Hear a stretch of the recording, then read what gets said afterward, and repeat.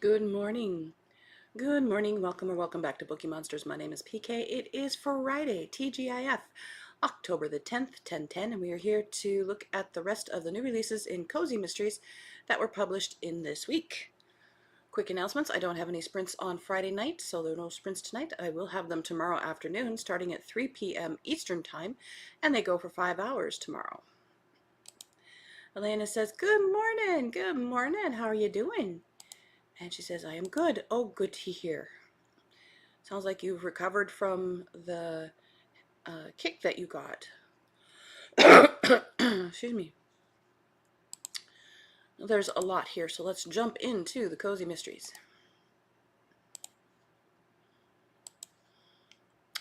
Murder, She Rolled by Shelley Jones, second in the Ren Winters series. Ren Winters is thrilled when her gaming group is invited to join the town's new superstar streamer Noelle Williams for a live demo. After all, a little publicity could put Ren's board game shop, the Cardboard Sheep, on the map. But moments before they go live, Noelle collapses on camera, and by the time Ren arrives at her house, Noelle is dead and the police are swarming. Detective Green, who still remembers last summer's murder at Ren's shop, is back with questions and suspicions. As Ren and her friends reel from the shock, secrets about Noelle's life emerge. Relentless online harassment, jealous exes, and a sister desperate to pull her offline. Then another member of the group falls ill with similar symptoms. With danger closing in and a game board full of suspects, Ren refuses to sit on the sidelines. She's determined to solve the puzzle before her friend's game is over for good. And I forgot to click on it, so we'll give it its moment. And Elena says, yes, she is better from that. Good, good, good.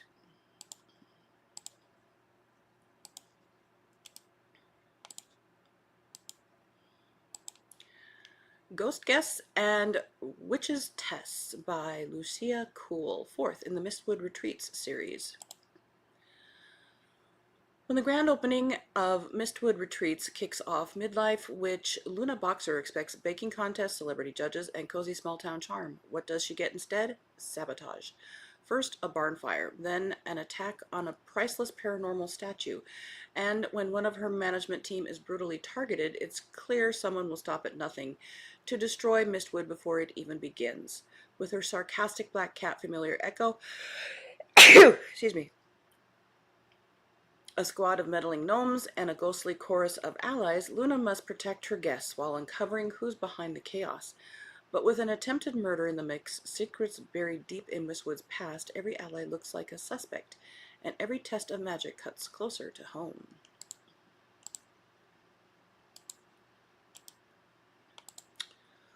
Murder with a Sip of Eggnog by Christy T. Dixon, ninth in the Ivy Clark Mysteries. Ivy, Jet, and Boyd travel to Arizona for a relaxing holiday with Ivy's parents, but peace and quiet are out the window when they meet Wayne, the overly enthusiastic neighbor who's obsessed with Ivy's crime-solving past. When Wayne disappears after a Christmas party, Ivy is left with more than questions. She's also stuck caring for his pet snake. With the local police brushing it off, Ivy starts digging, but the deeper she goes, the more it looks like Wayne's disappearance wasn't voluntary, and Ivy might be the only one who can uncover the truth.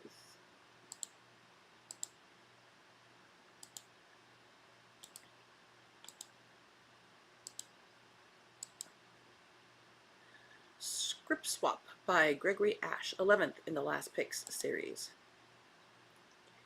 They say the show must go on. Thank goodness for intermission.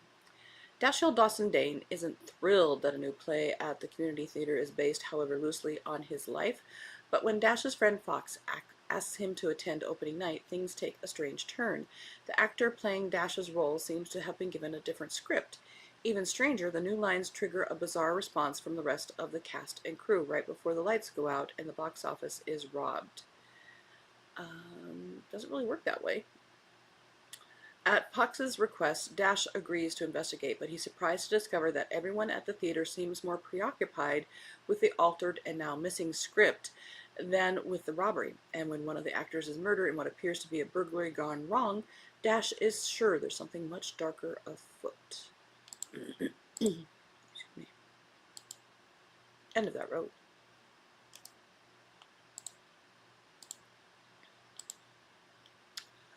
The Mystery of the Final Lap by Ruth Baker, second in the Lady Mildred Ramsay murder mystery series. When celebrated racing captain James Mallory's final lap at Brooklands ends in tragedy, whispers of sabotage ripple through the glamorous world of motor racing. Mildred, a former VAD nurse with a sharp mind and an even sharper tongue, refuses to believe it was merely an accident. With rivalries running hotter than engines, Brooklands was crowded with figures as intriguing as any puzzle. Ray St. John, a brilliant lady racer, admired for her darling but whispered about for her timing. Inspector Kent, politely unimpressed by alibis that fit too neatly, Lady Ivy Carrington, the orchid queen of society whose polished poise might conceal more than charm, and Victor Pym, an oily supplier whose ledgers were as smudged as his hands.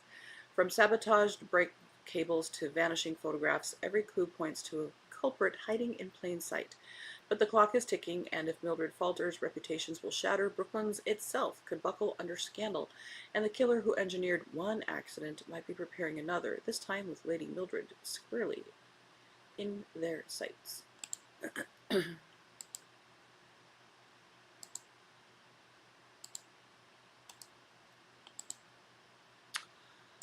I like this title. Murder at the Wild Haggis Bookshop, first in the Jackie Baldwin series. Jackie Baldwin is the author. This is the Highland Bookshop Murders series. Beth Cunningham thought she'd close the book on her troubled past when she opened the Wild Haggis Bookshop in the charming Scottish town of Oban. But when her inaugural book club evening ends in real murder, the body dramatically posed amongst the party decorations, her fresh start ends in a twist she definitely didn't see coming. With local police detective Logan Hunter eyeing her as his prime suspect, Beth must fight to clear her name. Still, she can't help but notice his warm brown eyes and dedication to justice, just as he builds a case against her. Determined to find the truth, Beth is shocked to discover a web of lies among her book club attendees, each one hiding secrets worthy of a bestseller. With time running out before she lands in jail, can Beth uncover the secret worth killing for?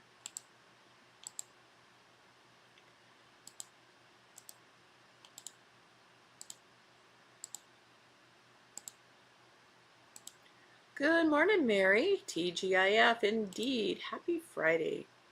Doing anything this weekend, or are you still recovering from being actually in Scotland? The Little Black Book Killer by Fiona Walker, third in the Village Detectives. It's a whole lot of verbiage to get through to actual things about it. The Village Detectives and the Little Black Book Killer. Juno is feeling ready, at last, to start dating again after losing her husband some years ago. She is sure she can make time from being a village detective. Indeed, it might help distract her from her crush on her hunky but far too young pub landlord, Milt. So she signed up for an exclusive new dating app and cannot wait. But when one of the founding investors in that same dating app drops dead in front of fellow village detective Phoebe in a nearby hotel, and then a second investor is found hanging in the local cricket pavilion just days later, Juno knows she'll have to put her love life on hold. Teaming up once more with Phoebe, Felix, and Mill, the village detectives are back, and this time Juno, who thought she was getting under the covers with a new lover, is going undercover to catch a killer.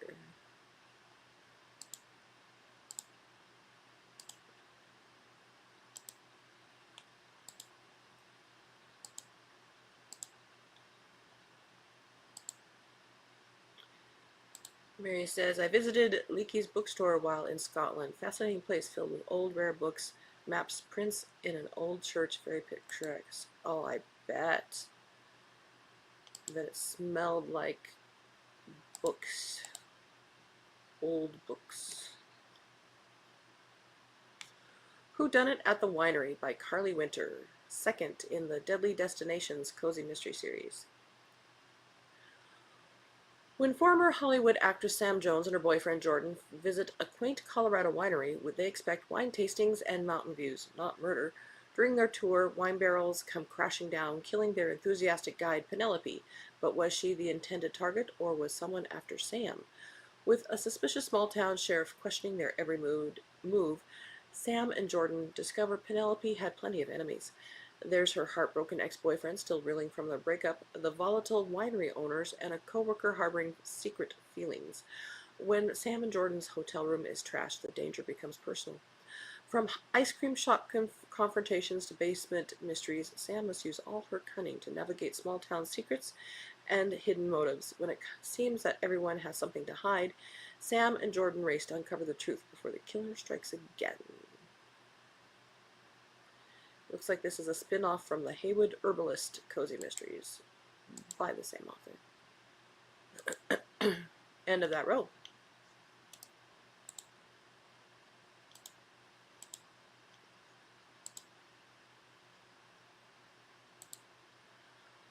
Christmas Murder in Merrywell, 5th in the Violet Brewster Mysteries by Jane Bettany. In the charming village of Merrywell, an exciting new Christmas market is bringing festive cheer and bustling crowds. But as the stallholders celebrate in the village bookshop at the end of a successful first day, someone rushes in to announce that a body has been found. Once again, in the wrong place at the wrong time, Violet Brewster is on hand to offer the police her astute and perhaps unwelcome opinion on the crime. While the police dismiss the death as an accident, Violet senses there's more to this tragedy than meets the eye. Determined to uncover the truth, she must navigate a maze of secrets and lies before the killer strikes again. As the festive season unfolds, can Violet solve the mystery before it's too late?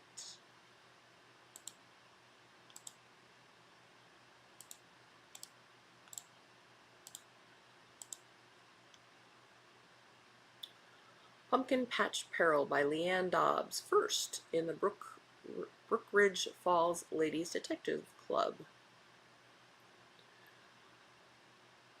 All these senior sleuths, the Thursday Murder Club, and others have definitely influenced this subgenre. When Brenda Mossberry's prize-winning pumpkin vanishes days before the annual fair, she hires Brookridge Falls Ladies Detective Agency to track down the thief. Armed with Mona's keen sleuthing skills, Ida's improbable statistics, Ruth's questionable evasive driving, and Helen's sharp reporter's instincts, the ladies chase tire tracks, snoop through barns, and stir up plenty of small-town gossip. But the deeper they dig, the stranger the case becomes. And the rest is Burbage.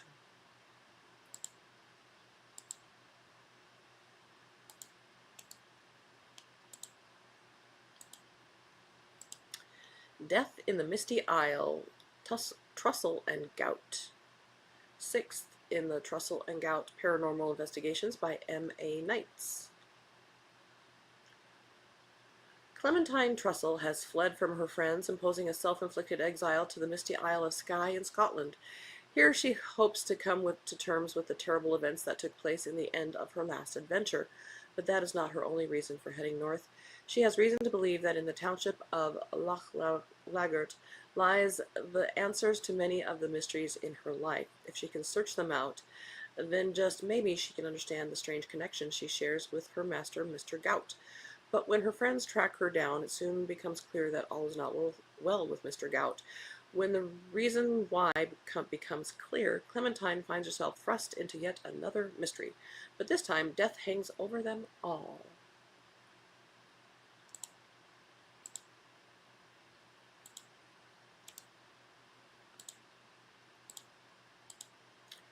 Poison Pen, Haunted Coast, book number 5 by Jennifer Willis. It's summertime at the Oregon coast, and reluctant medium Surrey Mudge finally has the calm and steady life she's dreamed of. Her tea house / bookshop is profitable, and her relationship with a handsome firefighter is better than ever. She's making peace with her chronic pain, and even the ghosts are behaving themselves, but nothing goes smoothly for Surrey for long. Popular author Corey Cask causes a stir when she comes to Grady to finish her latest book. A quiet nook inside Surrey's bookshop seems made for a writer in residence, but not all of the author's eager fans are benign. Before Surrey knows it, her place of business is a crime scene. Again. But this is no ordinary murder. Something sinister has arrived in the little coastal town. In the midst of a fraught mayoral election and a chaotic surfing competition, can Surrey unmask the killer before they strike again? End of that row. 9 more to go. Can we do it?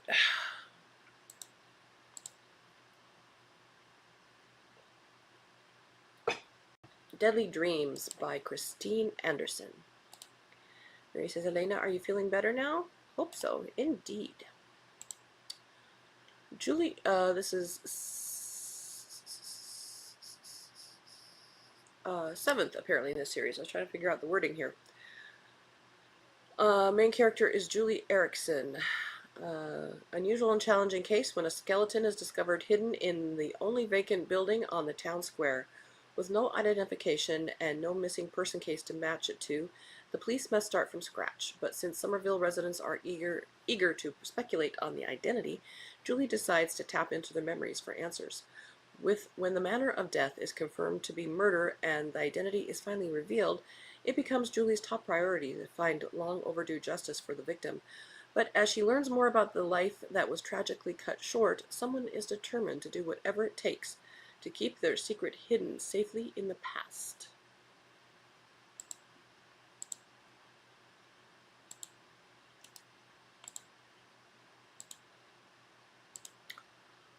Harborwick, Unsolved, 2nd in the Murder, Mystery, and Mom series by Brittany E. Brinegar. The only thing Patsy Stefanelli and her ex-CIA mama Maddie McDonald love more than a good cold case is a spooky coastal town in the middle of October. The duo has their pink Airstream parked in Harborwick, Maine, ready to podcast about a local professor who met a suspicious end. The town called it a tragic accident. Patsy calls it a mystery. When a break-in at the professor's home leaves floorboards ripped up and a priceless pirate treasure suddenly at stake, Patsy and Maddie realize the professor's death was no coincidence. He was hot on the trail of a centuries-old fortune, and someone was willing to kill to keep it hidden. With Halloween in full swing, Harborwick is a whirlwind of ghost ghouls and costume suspects. Everyone seems to be hiding something behind their festive masks. But not even ghosts are as dangerous as the secrets buried in Patsy's family tree.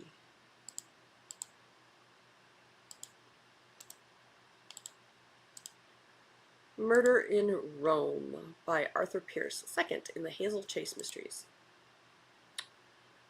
Hazel Chase arrives in Rome to find the one person who might explain her parents' mysterious fortune and fatal car accident. Vittoria Rossi, a tour guide who knew them at university but refuses to respond to Hazel's messages. Left with no choice, Hazel books Vittoria's evening Colosseum tour, determined to break through her silence. She never gets the chance. During the tour, a man from the group climbs onto a railing and falls to his death. While everyone rushes to call it a tragic accident, Hazel notices troubling details. Why were the security cameras offline? And why was she led away at the precise moment? Now Vittoria, devastated by the death on her watch, has completely shut down. If Hazel wants her family's truth, she'll need to uncover what really happened at the Colosseum first. But in a city built on buried secrets, digging too deep might make her the next accident. Or victim. End of that row. 5 more. Can we do it? The Body in the Bookshop, 7th in the Thornton Mysteries by Ellen Reed. Tomes Antiquarian Bookshop is owned by Elora Tomes and her father, a favorite shop of Alexandria and Edith's, until one ordinary visit takes a most unexpected turn when Elora shows them a woman's dead body lying on the bookshop floor. Alexandra quickly takes charge and phones Chief Inspector Wentworth. A shocking discovery follows when Elora finds that a priceless first edition of Pride and Prejudice has gone missing from the bookshop. The Tomes' father and daughter are shocked and distressed. Alexandra is determined to discover the murderer's identity. The question is, why is the body of a young woman dressed in an evening gown found dead in an antiquarian bookshop? We all are asking this question. Squeamish by Aaron Scott, 1st in the Black Cat Investigation Cozy Mysteries. A body in a graveyard shouldn't be a problem except when it's found above ground with a knife sticking out of it. To make things even more complicated, the only clue in the murder is a comment left on a local neighborhood app that was deleted 6 minutes later, and the only person who knows it exists is the creator of said application. Enter our fearless sleuth, Queenie. Okay, actually only one of those 3 things describes her. Hint, it's her name. More fitting descriptors for Queenie Bean, failed theater manager, town pariah, certified black cat. It's the cat. Good God. But either Queenie figures out who killed the woman in the graveyard herself, or she has to come clean about being the creator behind Everything's Brine, a neighborhood app that has the potential to finally show the town that she's worth more than they've always wrongly assumed. So it's her and her cat against, is it not the cat? Against the graveyard killer. And what the two dig up is bound to make anyone a little squeamish. I think it's not the cat then. I don't know. Grumpy in Minnesota by Diana Zarissa, 7th in the Midlife Crisis Mysteries. The Mall of America is just one of the sights to see in the Twin Cities of Minneapolis and St. Paul in Minnesota. It might be the one I was most excited about, though. Visiting the U.S.'s largest shopping mall seemed like a bucket list kind of thing to do, and I'm working my way through my bucket list as quickly as I can. I'd only been in Minnesota for a few hours when things took an odd turn, though I unexpectedly found myself dragged into a group of strangers who were in town to celebrate a wedding. That was definitely preferable to being caught up in a murder investigation. Anyway, I was determined to have a wonderful time with my new friends, but things didn't go to plan. When one of the group disappeared, the entire situation got quite complicated. Finding the body, though, that was enough to make me very grumpy. As if that weren't bad enough, my best friend dragged her brother George in to help. George, my ex-boyfriend, the last person I wanted to see. I might just spend 2 entire weeks being grumpy in Minnesota. Or you can go to a different place. Just saying. A Bloody Banquet by Gail Meath, 2nd in the Stone and Steel Mysteries. The Golden Age of Hollywood, 1938. It's the annual awards banquet at the Coconut Grove nightclub, and Vivien Leigh can't wait for the star-studded event. She's attending with her best friend, Carol Lombard, and several acclaimed actresses will be wearing her fashion designs. What she doesn't expect is for the night to turn deadly. During the awards ceremony, Carol finds an actress stabbed to death in the restroom. She quickly alerts the staff, but when they return, they can't find a body. An hour later, another guest screams bloody murder, then an actor drowned in the pool outside. Again, the body disappears. While the guests have a good laugh, Vivien is convinced the murders took place and reluctantly asks Preston Stone, Hollywood's notorious playboy, for his help in proving her suspicions. Together they uncover a sinister killer who has mastered the art of illusion and set his sights on 2 Oscar-winning stars. Can Vivien and Preston stop the killer in time and without revealing their well-kept secrets? End of that row. One more. Sisters Before Misters by Amelia Diane Coombs, 2nd in the Finch Sisters series. Remy and her sisters, Maeve and Eliana, have a knack for stumbling into murder mysteries, and after a killer family camping trip last year, they're back together for a Halloween they'll never forget. Remy is living her best life in Seattle until Eliana's husband, Chad, who refused to sign their divorce papers, disappears on the spookiest night of the year. Eliana swears she has no idea where he is, though her obvious motive and weird behavior don't really weigh in her favor, nor does the severed finger they find in his house. Torn between loyalty to her sister and mounting suspicions she can't ignore, Remy and her boyfriend, Leo, embark on a manhunt to find Chad, or the rest of him. But the further Remy digs into Chad's movements on Halloween, the more trouble she finds. With a ruthless detective on their tail, threatening texts, a mysterious flash drive, and dubious legal advice from a kooky aunt, the Finch sisters are in over their head. But Remy is determined to prove her sister's innocence, even though the bloody evidence points right at her. And that is all we have. And the bell has rung. Mary says, the day we visited the Isle of Skye, it poured lots of liquid sunshine. We cut the visit short because it was too wet and cold to be doing exploration outside. Aw, shoot. But you were there. And that just means you have to go back. I love that you were there. Mary says, thanks. Hope you have a great day and weekend. Hope to work on jewelry for a show on the 18th. Oh, nice. Lots of ideas. Ooh. Just need the time and skills. See you on Monday, a holiday, but I'm sure you will be, yeah, we aren't closed. If you want to have some dedicated jewelry making time, Mary, sprints tomorrow afternoon starting at 3 p.m. Eastern for 5 hours. It's mostly just listening to ambiance and doing check-ins. That's all. But if I don't see you, have a good weekend, and everybody else have a very good weekend if I don't see you. Again, I don't have sprints tonight, they are tomorrow, and next week we'll be looking at a whole new set of books being released. Hope you have a good day. As the banner says here, don't be a bookworm, be a bookie monster. Nom nom nom. Have a good day and God bless.